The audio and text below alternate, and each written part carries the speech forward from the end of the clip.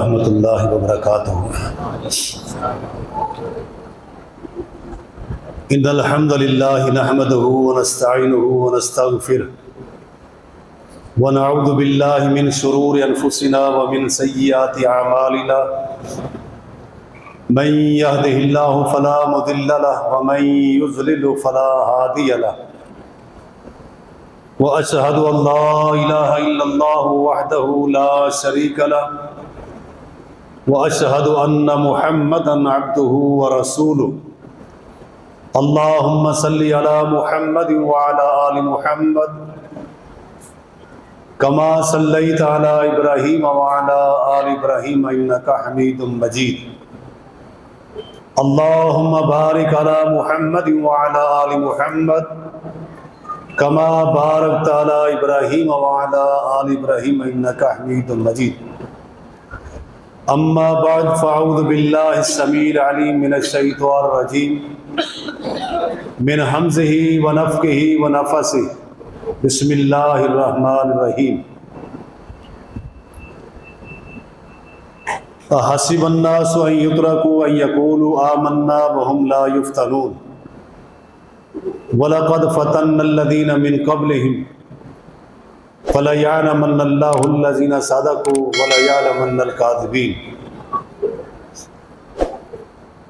وقال الله تعالى في مقام آخر وَلَنَبْلُوَنَّكُمْ بِشَيْءٍ مِّنَ الْخَوْفِ وَالْجُوعِ وَنَقْصٍ مِّنَ الْأَمْوَالِ وَالْأَنفُسِ وَالثَّمَرَاتِ وَبَشِّرِ الصَّابِرِينَ۔ عزیز ساتھیوں، دوستوں، بزرگوں، اللہ رب کریم نے قرآن کریم میں انسان کے لیے ہر پہلو، ہر مسئلہ واضح طور پر بیان کر دی ہے۔ اب یہ انسان پر ہے کہ انسان اسے اپناتا ہے نہیں اپناتا، سمجھتا ہے نہیں سمجھتا، یہ اللہ تعالیٰ نے انسان پر چھوڑ دیا۔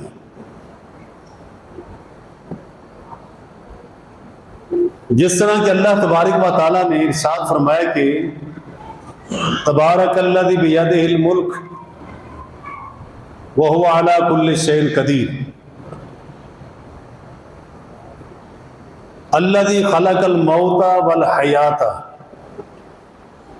لیبلوکم ایکم احسن عملا۔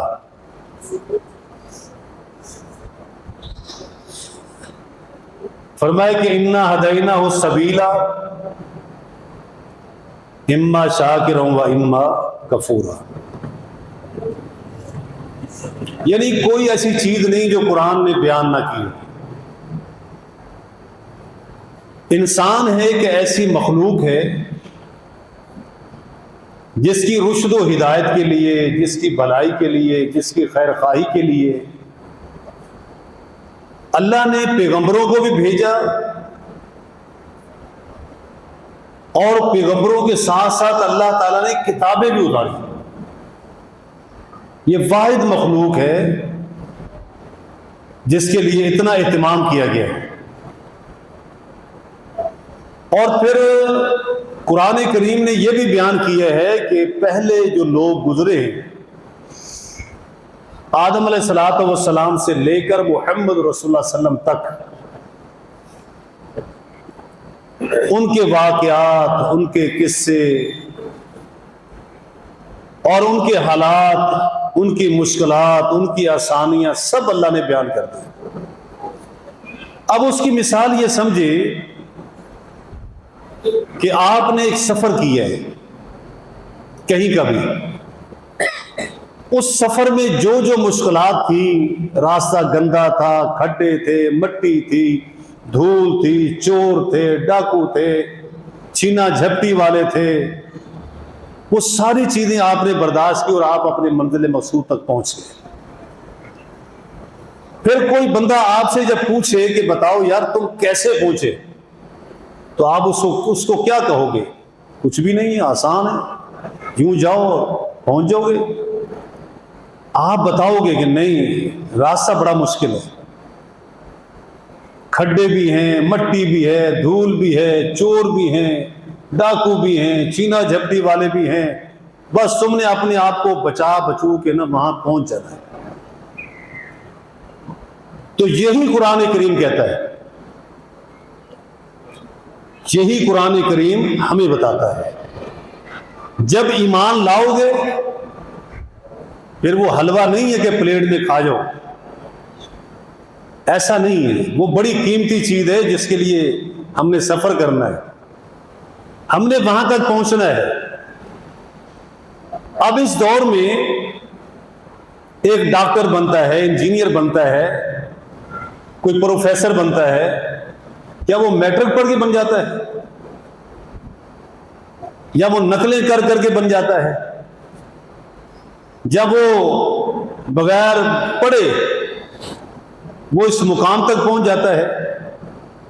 اس کے پیچھے جفا کشی ہوتی ہے, محنت ہوتی ہے. آپ اپنی اولاد کو بتاتے ہوں گے کہ ہم نے کس طرح زندگی گزاری, ہمارے دور میں کیا مشکلات تھیں. نہ بسیں تھی, نہ رکشے تھے, نہ موٹر سائیکلیں تھی, سائیکل پہ جاتے تھے, گدھا گاڑی تھی, تانگے تھے. تو تانگے جس نے دیکھی نہیں وہ کہیں گے تانگا کیا ہوتا ہے, وہ تو اس کے لیے تو عجوبہ ہے. پیدل چلتے تھے 6-6 کلومیٹر, یہاں سے شیر شاہ جانا ہوتا تھا, بس یہ 10 منٹ کا راستہ ہے, ڈنڈی پگڑی بندہ پہنچ گیا. جب آج کسی بچے کو بتاؤ گے بچہ مذاق اڑائے گا, بابا جی جھوٹ بولتے ہیں, یہ کیسے بندہ وہاں تک پہنچ پائے گا. کیوں؟ یہ بچہ تو وہ ہے کہ آپ نے پچھلی گلی یہ بازار سے دودھ منگوانا ہو تو بولو بیٹا دودھ لاؤ, بولا بس چابی دو بائک کی. وہ بچہ کیا جانے سفر کیسے ہوتا ہے. جس نے کبھی سوکھی روٹی نہیں کھائی اس کو کیا پتا, اس کو تو ہر چیز ملی, اور اس دور میں ہر چیز موجود ہے. تھوڑا سا پیچھے چلے جاؤ, ہمارے پاس موبائل کون سے ہوتے تھے؟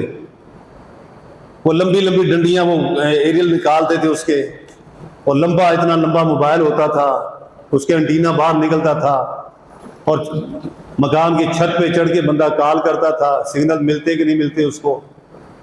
یا کسی کا فون آنا ہوتا تو پہلے پیغام بھیجتے تھے کہ فلاں ٹائم فلاں وقت ہم کال کریں گے, تم وہاں پہنچ جانا. تو یہ مشکلات تھی. اور آج کل کیا ہے بچوں کے پاس, ہمیں نہیں وہ چیزیں آتی. یقین جانے ہمیں پتہ نہیں چلتا موبائل میں فنکشن کیا, کیونکہ ہمارے دور میں تھے نہیں. آپ چھوٹے سے معصوم بچے کو تو وہ وہاں گھس جائے گا جہاں ہمیں پتہ ہی نہیں ہے, کون سی گیم, کون سے ڈرامے, کدھر وہ پہنچ گیا, کچھ پتہ نہیں. ساری دنیا سمٹ کر ایک چھوٹی سی چیز کے اندر آ گئی. تو میرے بھائی ایمان بھی ایسا ہی ہے. ایمان مشکلات کا نام ہے, ایمان حادثات کا نام ہے. ایمان اتنا آسان نہیں, اس کے لیے محنت ہے. ہاں اس ایمانیات کے لیے آسانیاں پیدا ہو گئی, ایمانیات کے لیے آسانیاں پیدا ہو گئی, تعلیم کی آسانیاں پیدا ہو گئی, مسائل کی آسانی پیدا ہو گئی, سمجھنے کی آسانی پیدا ہو گئی. پہلے مسئلہ پوچھنے کے لیے باقاعدہ سفر کرنا پڑتا تھا کہ یار مفتی صاحب فلاں علاقے میں رہتے ہیں, فلاں مسجد میں ہیں, وہاں جا کے مسئلہ پوچھ کے تو یا خط لکھیں. اب تو خط لکھنے کا دور ہی بالکل ختم ہو گیا. کبھی آپ بتائیں بچوں کو کہ ڈاک خانے کے باہر لوگ بیٹھتے تھے, وہ پین کان پہ لگا کے بیچارے سر پہ رومال باندھ کے بیٹھتے تھے, اور وہ جو نا خط لکھتے تھے لوگوں کی, اور پڑھ کے بھی بتاتے تھے. بچے کہیں گے ضرورت کیا تھی ان چیزوں کی, بھی میسج کرو, واٹس ایپ کرو. اب وہ ڈاک خانوں کے باہر سناٹا ہو گیا, کوئی نہیں بیچارہ ملتا. پہلے بیٹھے روزگار تھا ان کا. تو اب مسئلہ پوچھنے کے لیے آپ نے کیا کرنا ہے, موبائل اٹھایا, نمبر ملایا, کسی بھی عالم سے مسئلہ پوچھا, ڈسکس ہو گئی. یعنی یہ آسانی ہوگی نا ہمارے لیے. قرآن کریم اتنی بڑی کتاب کون لے کے موبائل میں 10 قرآن ڈال لو, پوری ساستہ ڈال لو, یہ آسانیاں بھی پیدا ہو گئی. اللہ تبارک و تعالی نے فرمایا کہ احسب الناس ان یترکوا ان یقولوا آمنا, کیا لوگ یہ سمجھتے ہیں کہ ہم انہیں چھوڑ دیں چترے بے مہار, جو مرضی کریں, جو مرضی کہیں, جیسے مرضی ہو, کہ وہ کہے کہ ہم ایمان لے آئے, ایماندار بن گئے, بس ایسے ہی ہوگا؟ نہیں. اللہ کہتا ہے نہیں. قرآن کریم نے وہ ساری چیزیں, کائنات کے محبوب ترین بندہ, عظیم ترین بندہ محمد رسول اللہ صلی اللہ علیہ وسلم کی تکالیف کو دیکھ لو، پیچھے کچھ نہیں رہتا، پیچھے کچھ نہیں رہتا۔ کتنی اذیتیں اٹھائیں آپ نے، آج ہم اتنی آسانیوں کے اندر ہیں کہ بے شمار آسانیاں، لیکن محمد رسول اللہ صلی اللہ علیہ وسلم نے کتنی مشکلات کا سامنا کیا ہے۔ اگر آپ وہ حالات پڑھیں، کھانے کی مشکل، پینے کی مشکل، سفر کی مشکل، لوگوں کے تانا زنی، لوگوں کے الزامات، لوگوں کی گالم گلوچ، لوگوں کی بدتمیزیاں ساری برداشت کی، اور یہ سب چیزیں کرنے کے بعد تب جا کے وہاں آپ کھڑے ہوئے اور ایک دو بندے مسلمان ہوئے۔ اور پھر سب سے مشکل ترین مرحلہ یہ ہوتا ہے کہ ایک بندہ آپ کی وجہ سے مسلمان ہوا، آپ کے کہنے سے مسلمان ہوا۔ آپ کے عام میں سے کسی نے کچھ بندے کو کہا، اس بندے نے وہ کام کر دیا، اور پھر اس کام کرنے کے بعد جو مشکل آئی تو وہ تو یہی کہے گا آپ کی وجہ سے ہوا، اور آپ کے اندر بھی احساس ہوگا یار میں نے اس کو کہا تھا اور یہ بیچارہ مصیبت میں پڑ گیا۔ پہلے سمیہ رضی اللہ تعالی عنہ مسلمان ہوئی، آل یاسر مسلمان ہوئے، کیا حالت ہوئی ان کی، انسان کے رونگٹے کھڑے ہو جاتے ہیں۔ کہنا آسان ہے، کہنا بہت آسان ہے، بیان کرنا بہت آسان ہے، جب میری ماں، بہن، بیٹی، بیوی کے ساتھ یہ معاملہ ہو پھر پتہ چلتا ہے کہ اوباش قسم کے لوگ مخالف، صرف جرم یہ کہ تم مسلمان کیوں ہوئے، بس۔ آج وہ مناظر چھیترے، یعنی کہ یوں لاشوں سے، یوں بندوں کی لاشوں سے گوشت کھینچ کھینچ کے تھیلیوں میں ڈالا جا رہا ہے۔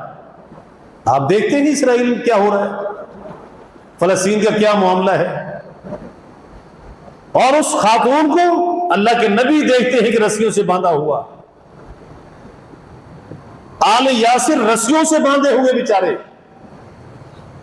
آپ اندازہ کریں کہ جو آپ کے کہنے پر مسلمان ہوئے، آپ کھڑے ہیں اور وہ بیچارے رسیوں سے باندھے ہوئے دھوپ میں، دھوپ کے اندر، آپ کے اندر بھی وہ طاقت ہمت نہیں کہ ان کی رسی کھولے، یار کیوں باندھا ہے تم نے اس کو۔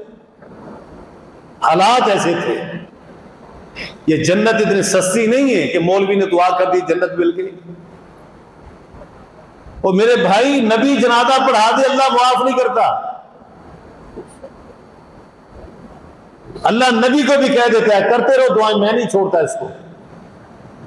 دیکھیں نا منافق کو نبی نے صرف جنازہ ہی نہیں پڑھایا، کرتا بھی پہنا دیا، اپنا لعاب بھی اس کے منہ میں ڈال دیا۔ اللہ کہتا ہے جو مرضی کر لو، اس کو کفن بھی پہنا دو، لعاب بھی ڈال دو، غسل بھی کرا دو، یا اس کو جنازہ بھی پڑھا دو، دعائیں بھی کرو۔ اللہ نے کیا جواب کیا دیا؟ اللہ نے ان تستغفر لهم او لا تستغفر لهم وان تستغفر لهم 70 مرہ، 70 بار بھی جنازہ پڑھاؤ گے میں اس کو معاف نہیں کروں گا۔ یہاں ہم لوگ یہ سمجھتے ہیں کہ شاید دین بڑا آسان ہے۔ میرے بھائی، حقیقت میں دین ہم سمجھے نہیں، دین ایک سلیبس ہے، دین ایک کورس ہے، اور اس کورس کو جس طرح دوائی کا ایک کورس ہوتا ہے، جب کوئی بندہ بیمار ہو جائے ڈاکٹر اس کو 3 مہینے کی دوائی دیتا ہے کہ یہ مکمل کھانی ہے، تب جا کے تیری بیماری ہٹے گی۔ اور جو سیریس کنڈیشن میں بیمار ہوتے ہیں وہ بیچارے کڑوی پھیکی دوائی کھاتے کھاتے ہیں، منہ کا ذائقہ خراب ہو جاتا ہے لیکن دوائی کھانی پڑتی ہے۔ چھوڑ دے، کبھی کھائے کبھی نہ کھائے، بولو اللہ مالک ہے، دیکھا جائے گا جو ہوگا۔ ایسا نہیں کرتا، وہ دوائی لازمی کھاتا ہے تاکہ میں شفا یاب ہو جاؤں۔ تو یہ قرآن کریم لازمی پڑھنا ہے، روزہ لازمی رکھنا ہے، نماز لازمی پڑھنی ہے، دین پر لازمی چلنا ہے، تبھی خیر ہے، ورنہ خیر نہیں ہے۔ انسان یہ سمجھے کہ اللہ تبارک و تعالیٰ بڑا غفور رحیم ہے، چھوڑ دے گا، ایسا نہیں چھوڑتا اللہ کہ صحابہ کرام کی تو چیخیں نکال دی اور ہمیں اللہ ایسے ہی چھوڑ دے گا۔ نبی کو لو لہان کرا دیا اور ہم کہیں کہ آرام سے بیٹھے رہے اور ہمارے لیے جنت ہے. میرے بھائی بہت امتحان ہے, بڑی مشکلات ہیں. ہر پیغمبر نے ان مشکلات کا سامنا کیا ہے, ہر پیغمبر نے مصیبتیں برداشت کی ہیں. یہ امتحان اللہ کی طرف سے ہوتا ہے. نبی علیہ الصلوۃ والسلام آل یاسر کو کیا کہتے ہیں؟ اصبرو اصبرو اصبرو, صبر کرو صبر کرو. فإن لکم الجنہ, تمہارے لیے جنت ہے. اللہ کا نبی تو کہتا ہے تمہارے لیے جنت ہے, ان کو تو نظر نہیں آ رہی. وہ تو بیچارے بھوکے پیاسے دھوپ میں جل رہے, مٹی جلا رہی ہے, لیکن آپ نے کہا وَإِنَّ لَكُمُ الْجَنَّةَ, تمہارے لیے جنت ہے. وہ بیچارے اسی پر قائم ہے, اسی پر قائم ہے. اور پھر ان کی شہادتوں کا واقعہ. تو میرے بھائی دین اسلام پورے کا پورا امتحان ہے. اللہ تبارک و تعالیٰ نے فرمایا کہ حاسب الناس یترکوا ان یقولوا آمنا وهم لا یفتنون, کہ امتحان لیے بغیر ان کو میں یہ دے دوں. اللہ کا یہ قانون نہیں ہے, یہ اللہ کی فطرت نہیں ہے, اللہ کا اصول نہیں ہے. اللہ رب کریم لازمی طور پر بندے کو آزماتا ہے, امتحان لیتا ہے, اس کو ان مشکلات میں ڈالتا ہے. کائنات کے امام محمد رسول اللہ صلی اللہ علیہ وسلم شیب ابی طالب میں محصور ہوئے. کھانے پینے کی اشیاء نہیں, لوگوں نے بائیکاٹ, سوشل بائیکاٹ کر دیا. لیکن پھر آپ اس سے بڑھ کر دیکھیں, جب اللہ کے نبی نے کبھی آپ کسی بھری محفل میں, خاندان میں, قوم میں بات کر رہے ہو اور آپ بات سچی کر رہے ہو, کوئی ایک بندہ بچہ کھڑا ہو جائے, وہ کہ کیا بات کر رہے ہو, جھوٹ بول رہے ہو, آپ کی عزت کیا رہے گی, کیا عزت رہے گی آپ کی؟ بندہ آگ بگولا ہو جائے گا, مروں یا مار دو میں اس کو, بھری محفل میں مجھے یہ کہہ دیا چلے. نبی علیہ الصلوۃ والسلام نے سب کو جمع کیا, آپ دعوت دے رہے تھے, ابو لہب کھڑا ہو گیا, الہذا دعوتنا, کیا اس بات کے لیے ہمیں تم نے جمع کیا تھا؟ اور کوئی کام نہیں رہ گیا, کوئی بات نہیں رہ گئی. میرے بھائی یہ ٹوک جو ہے بہت بڑی چیز ہوتی ہے, لیکن رسول اللہ صلی اللہ علیہ وسلم نے اس کو برداشت کیا. بے شمار ایسے واقعات آپ کو ملیں گے. قرآن کریم ہمیں آزمائش سے گزارے گا. قرآن نے کھلے الفاظ میں کہہ دیا ہے, فرمایا کہ وَلَقَدْ فَتَنَّا الَّذِينَ مِن قَبْلِهِمْ, تم سے پہلے جو لوگ گزرے. خباب بن ارت رضی اللہ تعالیٰ عنہ رسول اللہ صلی اللہ علیہ وسلم کے پاس آئے, کہنے لگے کہ رسول اللہ صلی اللہ علیہ وسلم خانہ کعبہ کی دیوار کے ساتھ چادر بچھائی ہوئی ٹیک لگا کے بیٹھے تھے. بڑی پریشانی کے عالم میں اللہ کے نبی کے پاس گیا. میں نے کہا یا رسول اللہ, آپ دعا کیوں نہیں کرتے؟ بڑے مشکل حالات ہیں, بڑی پریشانیاں ہیں, آپ دعا کریں. تو نبی علیہ الصلوۃ والسلام ٹیک لگا کے بیٹھے تھے, آپ سیدھے ہو کے بیٹھ گئے. کہا خباب ایسے لوگ بھی گزرے ہیں کہ جن کے سروں پہ لوہے کا آرا رکھ کر 2 ٹکڑے کر دیے, اور جن کے گوشت کو لوہے کی کنگھیوں سے نوچا گیا, لوہے کی کنگھیوں سے. کبھی لوہے کی کنگھی آپ نے دیکھی ہو؟ یہ جو بیل بھگاتے ہیں نا, بیلوں کا مقابلہ کراتے ہیں, وہ اپنی انگلیوں میں ڈالتے ہیں, جیسے انگوٹھی ڈالتے ہیں نا ہم لوگ, اس طرح ڈالتے ہیں, اور اندر کی طرف دندانے والی وہ ہوتی ہے حصہ, وہ دم پہ پکڑ کے یوں دباتے ہیں, تب بیل بھاگتا ہے. وہ باقاعدہ اس طرح کی, اور انہوں نے وہ بنائی رکھی ہوتی ہے کہ جانور کو یوں ہاتھ مارتے ہیں تو پورا چھیل دیتے پکڑ کے, تاکہ تکلیف ہو اور یہ بھاگے. کہا کہ انسانوں کے ساتھ یہ ہوتا تھا, لوہے کی کنگھی پکڑی, یوں نوچا, جسم کے اوپر مارا, چہرے پہ مار دیا. کتنی اذیت تھی. حتیٰ کہ پیغمبر کے ساتھی, پیغمبر متی نصر اللہ, یار ہم تو مر گئے, پٹ گئے, اللہ کی مدد کب آئے گی, یہاں تک کہہ اٹھ گئے. کہا خباب انتظار کرو، یہ مشکلات، یہ مصائب سب تمہیں جھیلنے ہوں گے۔ قرآن کریم نے سیدنا ابراہیم علیہ الصلوۃ والسلام کا واقعہ بڑی تفصیل سے بیان کیا ہے۔ اللہ امتحان لیتا ہے، امتحان بھی کیسا؟ بالکل اولڈ ایج ہے، اللہ نے بیٹا دے دیا، اور جب بڑھاپے میں اولڈ ایج میں 80 سال کے بعد بیٹا پیدا ہو اور چلنے پھرنے کے قابل ہو جائے، دعائیں کر کر کے لیا، پھر اللہ کہے کہ اس کو میرے راستے میں قربان کر دو۔ یعنی ایک ہے کہ ایسے فرضی قصہ بنا لینا، قرآن کریم نے کہا کہ نہیں، ایسا نہیں ہے۔ ابراہیم علیہ الصلوۃ والسلام کو اللہ نے آخری حد تک جانے تک اللہ نے اس کو آزمایا، اور نہ ہی ابراہیم علیہ الصلوۃ والسلام نے کہا یا اللہ بیٹے کو آج تک کسی نے قربان نہیں کیا، یہ مجھے آپ کیا کہہ رہے ہیں، نہیں کہا۔ اور ابراہیم علیہ الصلوۃ والسلام نے کہا کہ یا بنی انی اری فی المنام انی اذبحک فانظر ماذا تری، میں نے یہ چیز دیکھی ہے، تم بتاؤ تمہارا کیا خیال ہے۔ بیٹے نے جواب دیا یا ابت افعل ما تؤمر، یہ نہیں کہا کہ یا ابت افعل ما تری، اے ابا جو تو نے دیکھا وہ تو کر لے، ما تؤمر جو تجھے حکم دیا گیا ہے وہ تم کر لو۔ حکم کس بات کا ہے؟ یہ۔ اور جب یہ سارا معاملہ آخر تک ہوا، بیٹا لٹا لیا گیا، چھری پکڑ لی، چھری گردن پہ رکھ دی، اب اللہ کی حکمت ہے، اللہ نے کہا ابراہیم تو نے تو حد مکا دی، یا ابراہیم قد صدقت الرؤیا، تو نے تو خواب کو سچ کر دکھایا ہے۔ یہ آزمائش کم ہے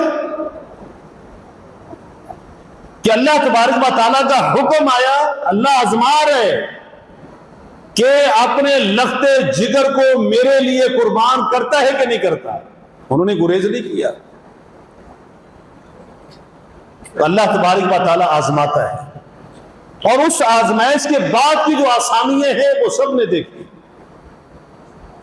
تمام صحابہ کرام رضوان اللہ اجمعین، آپ دیکھیں عبد الرحمن بن عوف رضی اللہ تعالیٰ کا واقعہ بہت دفعہ سنا ہوگا۔ جس بندے کے پاس جائیداد ہو، مال ہو، سب کچھ ہو، محض اس وجہ سے چھین لیا جائے کہ تو مسلمان ہے، تو نے محمد کا کلمہ پڑھ لیا، لہذا اب تیرے پاس یہ چیز نہیں رہے گی، اور بالکل سب چیزیں چھین چھان کر اکیلا کر کے اس کو نکال دیا جائے، وطن سے بے وطن کر دیا جائے۔ اور آج اگر ہم کراچی میں رہتے ہیں، اللہ نہ کرے کوئی ہمارا مکان چھین لے، کوئی ہماری جائیداد چھین لے، اور ہمیں صرف کپڑے پہنے ہوئے کہے کہ یہ لے کے نکلو، باقی کچھ نہیں، کیا گزرے گی ہمارے اوپر؟ بندہ زیرو پہ آ جاتا ہے، صفر پہ آ جاتا ہے۔ عبد الرحمن بن عوف نے یہ سب کچھ کر کے دکھایا۔ جب رسول اللہ صلی اللہ علیہ وسلم کے پاس پہنچے تو رسول اللہ صلی اللہ علیہ وسلم نے مدینے میں پوچھا عبد الرحمن کیسے آنا ہوا؟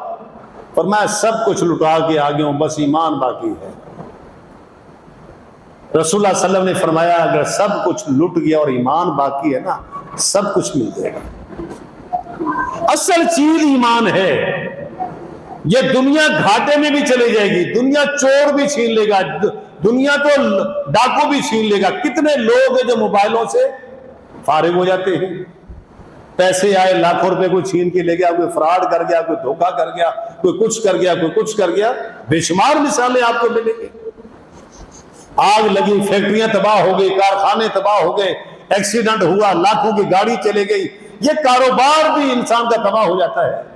لیکن ایمان اس کو بچانا ہے، یہ ایمان کام آنا ہے بندے کے۔ جب ایمان آپ کے پاس ہے سب کچھ ہے۔ ایمان اتنا قیمتی ہے، یہ آج ہم اپنے جسم کو جو تھکا رہے ہیں، ہم جو روزے رکھ رہے ہیں، نمازیں پڑھ رہے ہیں، اس کا مقصد کیا ہوگا؟ کیوں پڑھتے ہیں؟ کیوں یہ کر رہے ہیں؟ سرا اپنے پیسے اٹھا کے اللہ کے راستے میں لگا رہے، کس لیے لگا رہے ہیں؟ صرف ایمان کی وجہ سے لگا رہے ہیں نا. یہ ہمارا ایمان ہے کہ یہ ہمیں ملے گا، یہ ہمارا عقیدہ ہے کہ اللہ ہمیں دے گا. تو یہ چیز احساس ہے بندے کے اندر. جس بندے کے پاس یہ چیز آ گئی نا، وہ انسان کامیاب ہو گیا.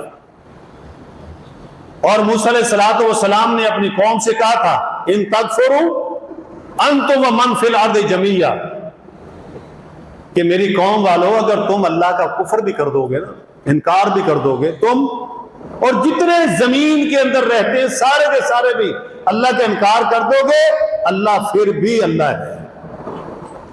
اللہ کی الہیت میں فرق نہیں پڑے گا. کیوں فرق نہیں پڑے گا؟ کہ اللہ ہمارے ووٹوں سے اللہ بنا ہی نہیں، ہماری نمازوں سے اللہ نہیں بنا، نہ ہمارے روزوں سے اللہ بنے گا، نہ کہ اللہ کے اندر پاور اور طاقت آ جائے گی ہماری عبادات سے. نہیں، یہ ہم نے اس اللہ کو راضی کرنا ہے، ہم نے اپنے آپ کو مضبوط کرنا ہے، ہم نے اپنے آپ کو لائق اور فائق بنانا ہے. اس لیے کہ وہ سلیبس اللہ نے ہمیں دے دیا ہے.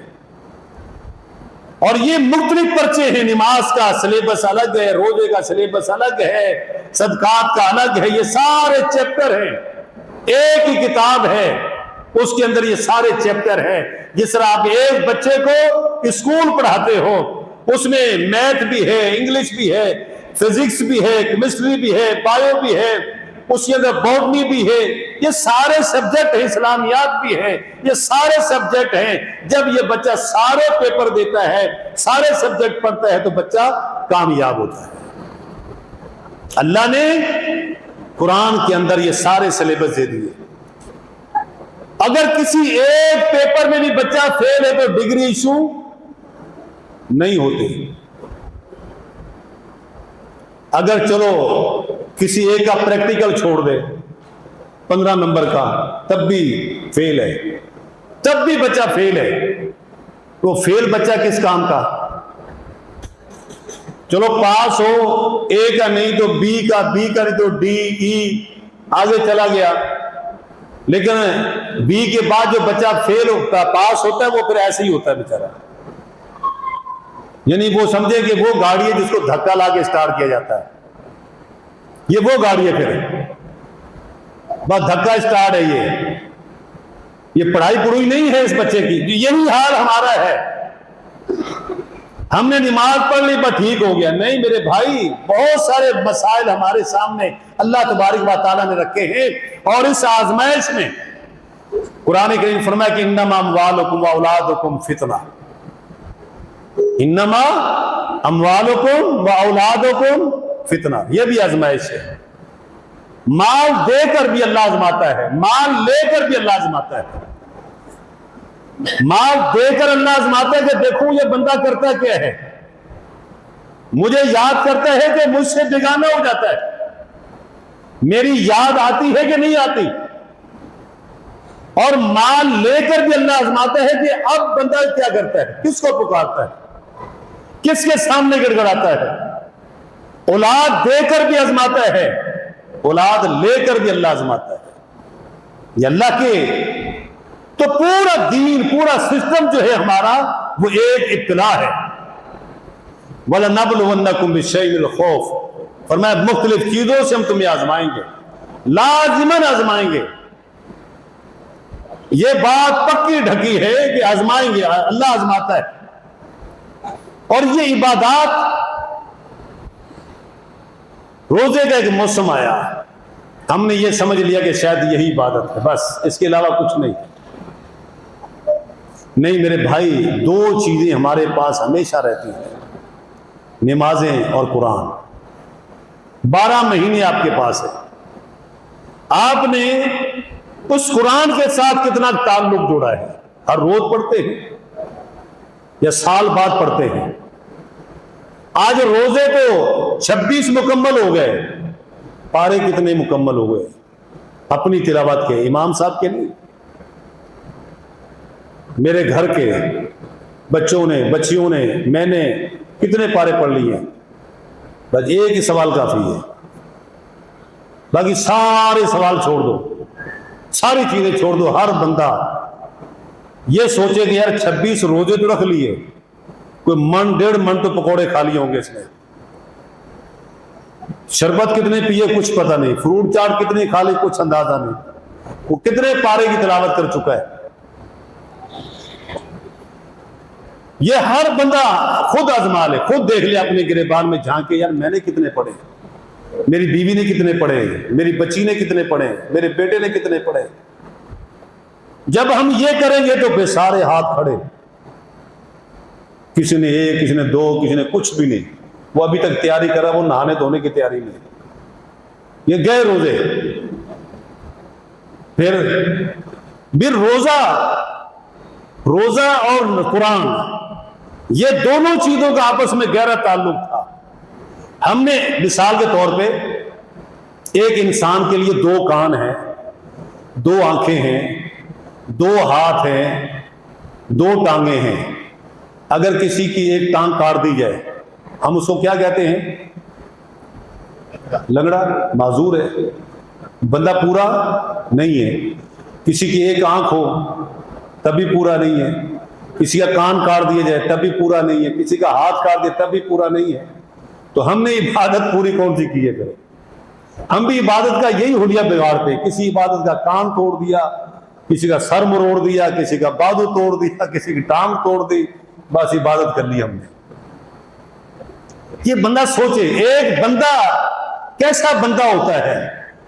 آپ کسی بچے کو کہو کہ ایک انسان کی تصویر بناؤ، اور وہ انسان کی جب تصویر بنائے گا اس میں کیا کیا چیزیں وہ ڈالے گا؟ ساری چیزیں ڈالے گا۔ آپ اس کی ایک ٹانگ کاٹ دیں، کہیں گے نہیں ناقص ہو گیا۔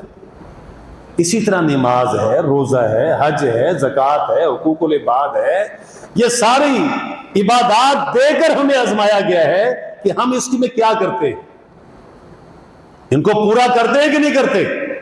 اگر ہم اسے پورا کرتے ہیں تو سمجھے کہ کامیابی ہے، اگر نہیں کر پا رہے تو سمجھو کہ نامرادی ہے۔ نبی علیہ السلام نے فرمایا کہ عجبا لامر المؤمن، مومن کا معاملہ ایک بڑا عجیب معاملہ ہوتا ہے۔ فرمایا کہ اگر مومن کو خوشی ملتی ہے تو شاکرہ، اگر پریشانی آتی ہے تو صابرہ، صبر کرتا ہے، شکر کر کے بھی اللہ کی عبادت کر رہا ہے، صبر کر کے بھی اللہ کی عبادت کر رہا ہے۔ ہر حال میں مومن جو ہے وہ اللہ کے ساتھ جڑا رہتا ہے۔ پھر اللہ تبارک و تعالیٰ نے فرمایا تمہارے لیے وہ جنت ہے۔ وہ جنت ہے کیا؟ جس طرح کوئی بچہ اچھے امتحان میں پاس ہوا، A گریڈ لے کے آیا، B گریڈ لے کے اچھے نمبر ہیں، اس کو سارے تحفے دیتے ہیں، انعام۔ جنت انعام ہے، جنت کیا ہے؟ انعام ہے۔ دیکھو نا بچے ابھی کرکٹ کھیلتے ہیں تو کوئی انعام رکھ لیتے ہیں اس کے اندر، جو پارٹی جیتے گی وہ لے کے جائے گی۔ تو اسی طرح جنت حقیقت میں انعام ہے، جنت صلہ نہیں ہے، جنت انعام کے طور پہ اللہ تبارک و تعالیٰ دے رہا ہے۔ اور قرآن کریم نے اس چیز کو واضح طور پہ بیان کیا کہ ایک مومن جو ہے وہ اللہ تبارک و تعالیٰ سے کچھ لینے کے لیے عبادت نہیں کرتا، وہ اللہ کو خوش کرنے کے لیے۔ جس طرح نبی علیہ الصلوۃ والسلام سے یہ حدیث ہے، آپ نے فرمایا کوئی بندہ بھی اللہ کی رحمت کے بغیر جنت میں داخل نہیں ہوگا۔ اما عائشہ نے کہا وانت، آپ بھی؟ فرمایا میں بھی۔ یہاں سے اندازہ کر لیں، بس اسے کو سوچیں ذرا، میری نمازیں، میری عبادات، میرے تقوی، میری کیا چیزیں؟ کچھ نہیں ہے۔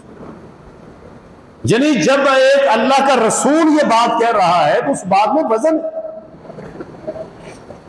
کرتا رہے، بندہ کوشش کرے، محنت کرے، لیکن اللہ کے ساتھ دعا کرے کہ اللہ میری اس نماز کو قبول کر لے، میرے اس روزے کو قبول کر لے۔ کبھی آپ دیکھیں ساری نماز پڑھ کے ہم سب سے پہلے کیا کرتے ہیں؟ سلام پھیرنے کے بعد سب سے پہلا جملہ کیا ہوتا ہے ہمارا؟ اللہ اکبر، اور اس کے بعد استغفر اللہ۔ پھر نماز پڑھی ہے، استغفر اللہ کیوں کر رہے ہیں؟ ابھی سوچے بندہ نماز پڑھی ہے نا، استغفر اللہ کا کیا مطلب؟ کوئی بندہ گندی بات کرے ہم کہتے ہیں استغفر اللہ استغفر اللہ، یہ کیا تو نے بات کرتے؟ وہ نماز پڑھ کے استغفر اللہ کا کوئی تھوک بنتا ہے؟ ہاں، اللہ اکبر کہہ کے ہم یہ کہتے ہیں کہ اللہ تو بہت بڑا ہے، یہ جو نماز سجدے میں نے کیے یہ کچھ بھی نہیں ہے۔ استغفر اللہ، اللہ میں بخشش مانگتا ہوں، معافی مانگتا ہوں، نماز میں، سجدے میں، رکوع میں، قیام میں، تلاوت میں، تسبیح میں جو غلطیاں ہوگی اللہ تو مجھے معاف کر دے، تیری شان کے لائق نہیں رہی، اللہ تیرا مقام کچھ اور تھا، میں نے جو کیا وہ کیا ہے۔ نبی علیہ الصلوۃ والسلام کا سجدہ جس میں سینے سے ایسی آوازیں نکلتی تھی کہ جس طرح کہ آپ رو رہے ہیں، ہنڈیا چولہے کے اوپر ہے اور چولہے کے اوپر ہنڈیا ابل رہی ہے، اس طرح آپ کے سینے سے آوازیں نکلتی تھی۔ کبھی میں نے اور آپ کے سینے سے نکلی آواز سجدے کی حالت میں؟ ہزار خیال ہمارے ذہن میں ہوتے ہیں، یار فلاں کام، نماز میں کھڑے ہوتے ہیں شیطان آ جاتا ہے، وہ کہتا ہے اذکر قضا، اذکر قضا، اذکر فلاں، اذکر فلاں، وہ فلاں کام یاد کر، فلاں چیز یاد کر، تو نماز میں کھڑے ہیں پھر سارے کام ہمیں یاد آئے۔ تو اس لیے اللہ تبارک و تعالیٰ نے محمد رسول اللہ صلی اللہ علیہ وسلم کو یہ بات فرما دی، فرمایا کہ لوگوں کو کہہ دو احسب الناس ان یترکوا ان یقولوا آمنا وهم لا یفتنون، ہم ان کو آزمائے نہیں۔ قرآن نے کہا کہ الذی خلق الموت والحیات، یہ زندگی اور موت کو جو ہم نے بنایا ہے حقیقت میں اس کا مقصد یہ تھا لیبلوکم، تاکہ تمہیں آزمائے، تمہارا امتحان لے، کس چیز کا؟ ایکم احسن عملا، تم میں سے اچھے عمل کر کے کون آتا ہے، وہ اچھے عمل جو کرنے ہیں وہی مقصد ہے اس کا۔ بندے کو پتہ چلنا چاہیے کہ میں نے کیا کیا ہے۔ جس طرح ایک بچے نے جو پیپر دیا ہے وہ مارک شیٹ جب آئے گی پتہ چل جائے گا۔ اچھا بچہ کبھی نہیں کہے گا کہ میں نے غلط لکھا ہے، وہ کبھی نہیں مانے گا، کچھ بھی کر لیا۔ وہ کہے پیپر چیک کرنے والوں نے حرامی پن کیا ہے، میں تو بہت اچھا لکھ کے آیا تھا، میں نے تو ایسا لکھا تھا فر امی بھی خوش، ابا بھی خوش۔ نہیں، ہمارا بیٹا غلط کر ہی نہیں سکتا۔ اور یہ انسان یہی نہیں، اللہ کے سامنے کھڑا ہو کے بھی کہے گا یا اللہ یہ کرامن کاتبین سارے نکمے، انہوں نے غلط لکھا ہے، میں جو کہہ رہا ہوں وہ صحیح کہہ رہا ہوں۔ بندہ وہاں بھی کھڑا ہو کے کہے گا یا اللہ میں تو گناہ کرنا ہی نہیں چاہ رہا تھا، شیطان نے کروا دیا، اس نے مجھے بھلا دیا تھا۔ شیطان پتہ کیا کہے گا؟ فلا تلومونی ولوموا انفسکم، اوئے خبردار تو مجھے برا کہتا ہے، بے ایمان تو خود تھا اور مجھے تو برا کہہ رہا ہے، اپنے آپ کو برا کہہ، میں نے تو تجھے راستہ دکھایا تھا تو نہ جاتا، میں نے کوئی ڈنڈا تیرے سر میں تو نہیں مارا تھا کہ تو نے یہ کام کرنا کر، لازمی کر۔ اور پھر وہاں اللہ کیا کہے گا جب یہ کہے گا یا اللہ کرامن کاتبین سارے میرے دشمن ہیں، ان سے تو میری بنتی نہیں تھی۔ اللہ کہے گا الیوم نختم علی افواہہم، اللہ کہے گا زبان کھینچو، رکھ کے مور مارو، اس کو جانور بنا دو، بول نہیں سکے گا۔ پھر کیا ہوگا؟ اللہ کہے گا اس کے ہاتھ، اس کی زبان، اس کے پاؤں یہ گواہی دیں گے سارے، تو کیا کیا کرتا رہا، وہ سارا نقشہ اللہ اس کے سامنے لے آئے گا۔ تو میرے بھائیوں، ایکم احسن عملا، تم میں سے اچھے عمل کون کرتا ہے؟ وہ اچھے عمل کیا ہے؟ سنت رسول اللہ، جو قرآن کریم نے بیان کیا وہ اچھا عمل ہے، جو رسول اللہ صلی اللہ علیہ وسلم کی سنت ہے وہ اچھا عمل ہے۔ اللہ سے دعا ہے اللہ رب کریم یہ جو مشکلات آ رہی ہمارے اوپر، جو پریشانیاں ہیں، یہ پریشانیاں ہمارے ورثے میں، میں نے شروع میں کہہ دیا جو مومن ہوگا وہ مشکلیں اس کے لیے لازمی ہیں۔ کپڑا صاف تبھی ہوتا ہے جب اس کے اوپر تھوڑی کٹ لگ جائے نا، صابن لگا کے، وہ ہاتھوں کی مارے یا ڈنڈے کی مارے، وہ کپڑا بڑی جلدی میل نکال دیتا ہے۔ جب واشنگ مشین میں اس کو صحیح طریقے سے مروڑ تروڑ دے تو تبھی اس کی میل نکلتی ہے۔ تو یہ دنیا کی جو مصیبتیں پریشانیاں ہیں یہ مومن کے لیے خیر ہے۔ جب یہ پریشانیاں آتی ہیں یہ صبر کرتا ہے، اللہ سے دعا کرتا ہے، اللہ رب کریم اس کے مقام اور درجے کو بڑھا دیتا ہے۔ تو یہ لازمی حصہ ہے۔ جب ہمارے نبی پر پریشانیاں آئیں، سارے انبیاء پر پریشانیاں آئیں، صحابہ کرام پریشان ہوئے، آپ دیکھیں کسی کی بیوی پہ الزام لگانا کوئی معمولی چیز ہے؟ نبی کے ساتھ ہوا کہ نہیں ہوا؟ اما عائشہ پہ کتنا بڑا الزام تھا، استغفر اللہ، بندے کے رونگٹے کھڑے ہو جاتے ہیں۔ یعنی یہاں تک لوگ گئے ہیں کہ نبی کو اس کے گھر کو نہیں چھوڑا، لیکن نبی علیہ السلام نے سب چیزوں کو برداشت کیا۔ یہی نہیں، آج کوئی مسجد میں چھوڑا تھا مولوی، کوئی پیسے ادھر ادھر کرتے، لوگ کہتے ہیں بے ایمان پیسے کھا گیا، یہ الزام نبی بھی لگ گیا تھا، اپنوں کو دے رہا ہے ہمیں نہیں دے رہا، یہ بات وہاں بھی ہو گئی تھی۔ یہ اذیتیں، یہ پریشانیاں آئیں گی، داڑھی رکھی ہے، کام ایسے کر رہا ہے، نبی کو بھی کہتے تھے صلاتوں کا تحمروں کا، کیا تیری نمازیں اور تمہیں یہ حکم دے رہی ہے کہ ہم اپنے الہوں کو چھوڑ دیں؟ ہر پیغمبر کے ساتھ ایسے لوگ آئے ہیں۔ تو یہ پریشانیاں، مصیبتیں، یہ حصہ ہے، یہ ورثہ ہے، یہ ہمیں وراثت میں ملی ہیں اور ملنی ہے۔ اللہ رب کریم ہمیں استقامت فرمائے، اللہ تعالی ہمیں مضبوطی کے ساتھ عمل کرنے والا بنائے۔ دیکھیں آپ نے داڑھی رکھی ہے، بہت سارے لوگ کہیں گے او ملا داڑھی رکھی ہے اور چائے پی رہا ہوٹل پہ بیٹھا، داڑھی رکھی ہے اور شاپنگ مال میں لینے آیا، تو سی ویو گھومنے آیا، داڑھی رکھی، یعنی یہ لوگ کہیں گے آپ نے برداشت کرنا ہے، اور کئی کہیں گے سکھوں کی طرح داڑھی رکھی ہے۔ عجیب عجیب لوگ آپ کو کہیں گے، بڑا حاجی بنا پھرتا ہے، بڑا نمازی بنا پھرتا ہے۔ یہ ساری آزمائشیں، امتحان ہمارے ورثے میں آئے ہیں اور ہم نے اس کو فراخ دلی سے قبول کرنا ہے۔ الحمدللہ ہم نے محمد رسول اللہ صلی اللہ علیہ وسلم کی سنت رکھی ہے، ہم دین کا پرچار کرتے رہیں گے، اور تمہیں جو چیز ملی ہے شیطان کی طرف سے تم وہ کرتے رہو۔ اللہ تعالی عمل کی توفیق دے۔